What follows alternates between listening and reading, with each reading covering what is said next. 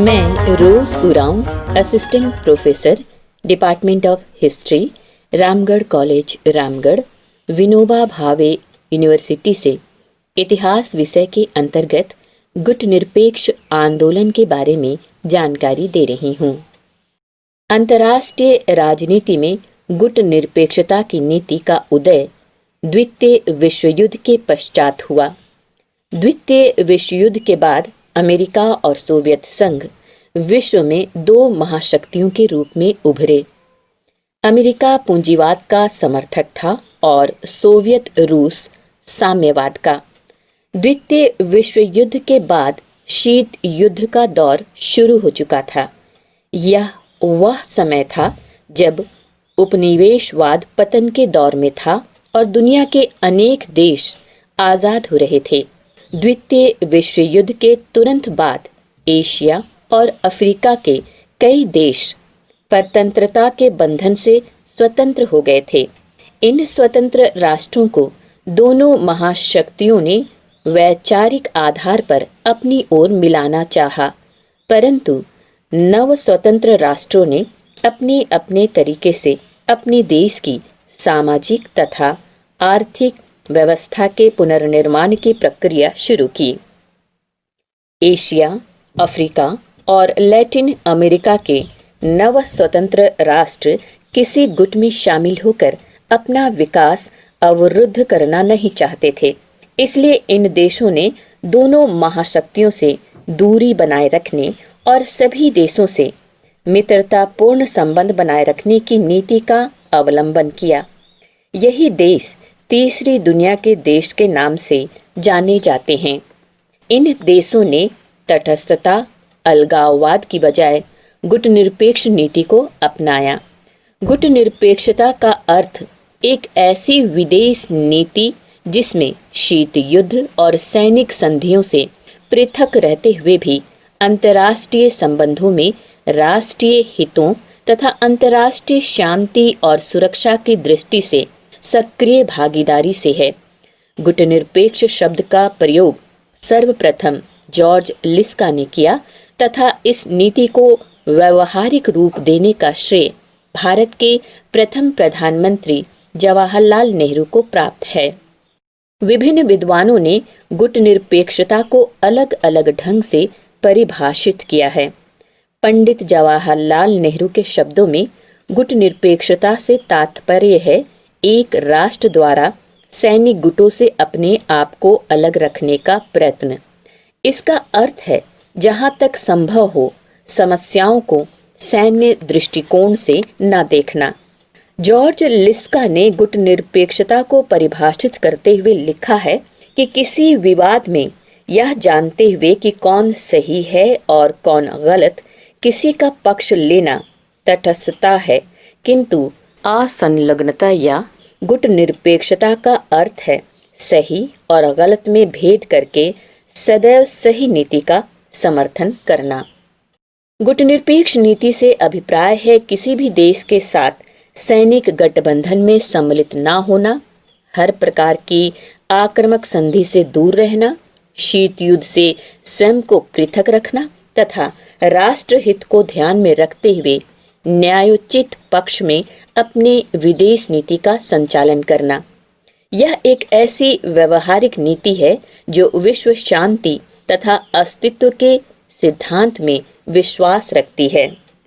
गुटनिरपेक्ष आंदोलन की स्थापना।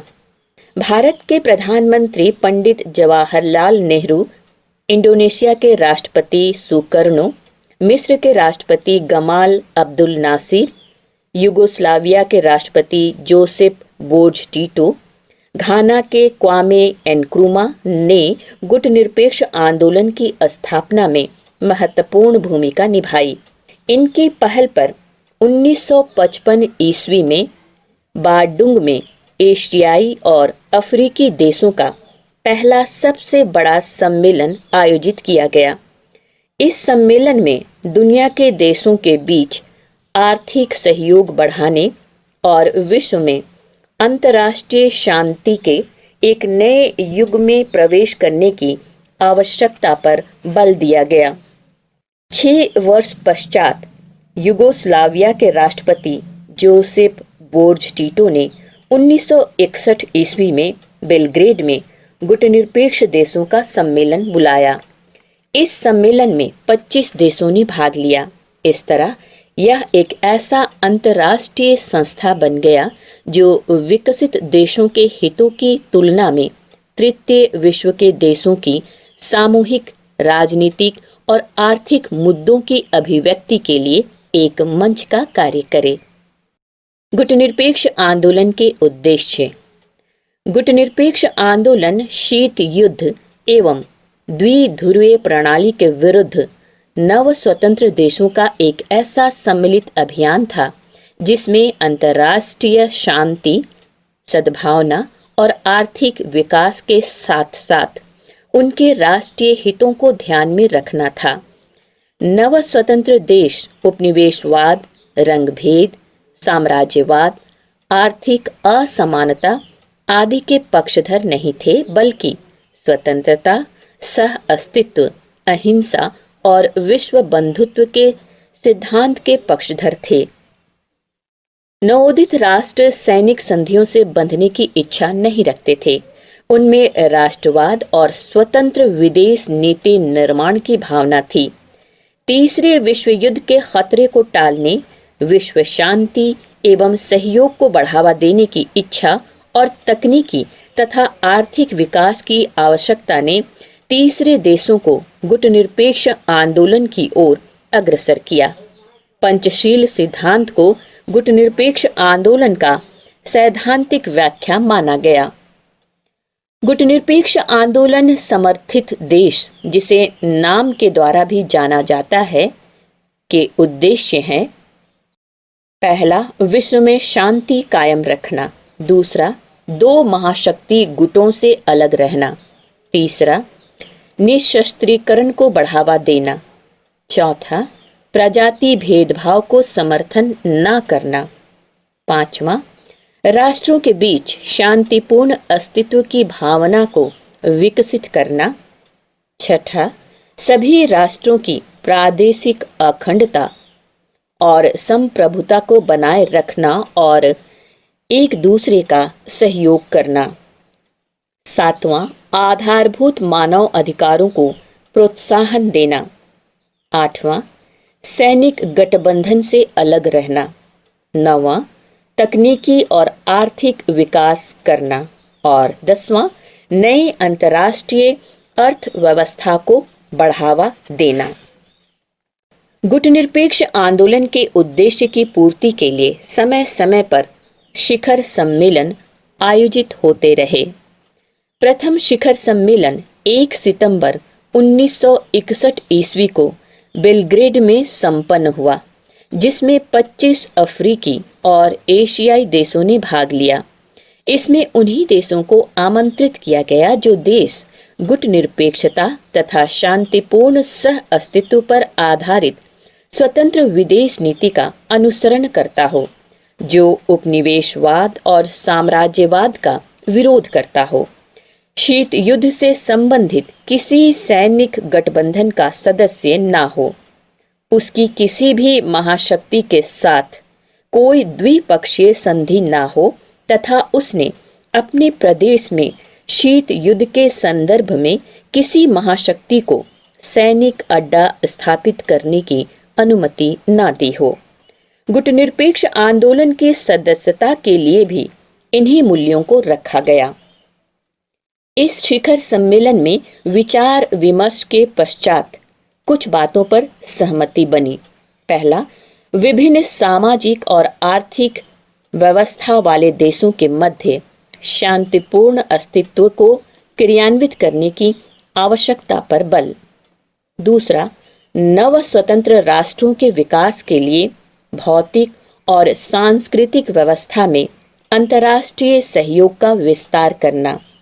तीसरा, उपनिवेशवाद और साम्राज्यवाद के कारण उत्पन्न आर्थिक असंतुलन को मिटाना। चौथा, सभी समस्याओं के समाधान के लिए शीघ्र कार्यवाही करना। इसी तरह समय समय पर गुटनिरपेक्ष देशों का शिखर सम्मेलन अलग अलग जगहों पर आयोजित होते रहे हैं।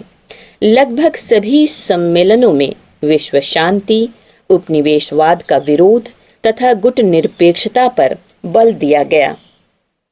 गुटनिरपेक्ष देशों का 18वां शिखर सम्मेलन 2019 में अजरबैजान में हुआ, जिसमें सम्मेलन में शिरकत करते हुए भारत के उपराष्ट्रपति एम वेंकैया नायडू ने स्पष्ट शब्दों में दुनिया को आतंकवाद के खिलाफ कड़ी कार्रवाई को वक्त की जरूरत बताया।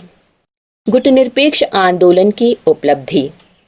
गुटनिरपेक्ष राष्ट्र की संकल्पना इतनी लोकप्रिय हुई कि जहां शुरुआती समय में 25 राष्ट्र इसके सदस्य थे, वहीं वर्तमान में इसकी सदस्य संख्या 120 है। इसने दुनिया के देशों को बिना किसी बाहरी दबाव के अपनी नीतियों पर चलने में सक्षम बनाया है। काफी हद तक शीत युद्ध को समाप्त करने में सकारात्मक भूमिका निभाई है। एक ऐसे मंच की स्थापना की जहां दुनिया के देश एक साथ मिलकर अपनी समस्याओं पर विचार विमर्श कर सकते हैं और उसे सुलझा सकते हैं। विकासशील राष्ट्रों को एक दूसरे के निकट लाने में भी गुटनिरपेक्ष आंदोलन ने काफी मदद की। सन 1964 में आयोजित संयुक्त राष्ट्र व्यापार और विकास सम्मेलन गुटनिरपेक्ष देशों के प्रयास का ही परिणाम था। गुटनिरपेक्ष आंदोलन ने नई अर्थव्यवस्था के लिए प्रयास, उपनिवेशवाद का विरोध, जातिवाद और रंगभेद के उन्मूलन के लिए संघर्ष तथा अस्त्रों की दौड़ को कम करना आदि विषयों पर अपना ध्यान केंद्रित किया, जो नवोदित राष्ट्रों के विकास हेतु आवश्यक था। गुटनिरपेक्ष आंदोलन ने विश्व को यह अनुभव करवाया कि यदि तृतीय विश्व का आर्थिक शोषण जारी रहा और उसको आर्थिक संपन्नता से वंचित रखा गया, तो इससे उत्तर की क्षमता तथा विश्व की अर्थव्यवस्था प्रभावित हुए बिना नहीं बचेगी। गुटनिरपेक्ष आंदोलन ने साम्राज्यवाद, उपनिवेशवाद और जाति भेदभाव को समाप्त करने में महत्वपूर्ण भूमिका निभाई है। सांस्कृतिक क्षेत्र में समाचार एजेंसियों के समूह की स्थापना गुटनिरपेक्ष आंदोलन की महत्वपूर्ण उपलब्धि रही। विकासशील देशों के बीच आपसी तनाव कम करने और समानता पर आधारित शांति की दिशा में आगे बढ़ने में यह अपनी महत्वपूर्ण भूमिका निभा रहा है। गुटनिरपेक्ष आंदोलन की प्रासंगिकता। गुटनिरपेक्ष आंदोलन का जन्म यद्यपि प्रारंभ में शीत युद्ध तथा गुट राजनीति का विरोध करने के लिए हुआ था, किंतु बाद में आंदोलन विकासशील तृतीय विश्व के नवोदित देशों के लिए सुदृढ़ता का आंदोलन बन गया। इसके सभी सदस्य एशिया, अफ्रीका और लैटिन अमेरिका के देश हैं। तृतीय विश्व के देशों में नाम की लोकप्रियता अभी भी बनी हुई है। नाम तृतीय विश्व की एकता का प्रतीक है। परिवर्तित परिस्थितियों में आंदोलन की क्रियाशीलता में राजनीतिक तौर पर कुछ कमी आई है, फिर भी आर्थिक रूप से जब तक न्याय, समता और समानता पर आधारित अर्थव्यवस्था स्थापित नहीं हो जाती, तब तक विकासशील देशों की शिकायतों को दूर करवाने के साधन के रूप में गुटनिरपेक्षता की उपयोगिता बनी रहेगी। आज तीसरी दुनिया के विकासशील देशों को नव उपनिवेशवाद, साम्राज्यवाद और आतंकवाद से खतरा है। इसलिए गुटनिरपेक्ष आंदोलन की आवश्यकता आज भी उतना ही जरूरी है जितना पहले था। आज के लेक्चर में बस इतना ही। मुझे उम्मीद है आप अपने घरों में खूब मन लगाकर पढ़ाई कर रहे होंगे। अगले क्लास में फिर मुलाकात होगी। घर में रहें, सुरक्षित रहें, स्वस्थ रहें। धन्यवाद।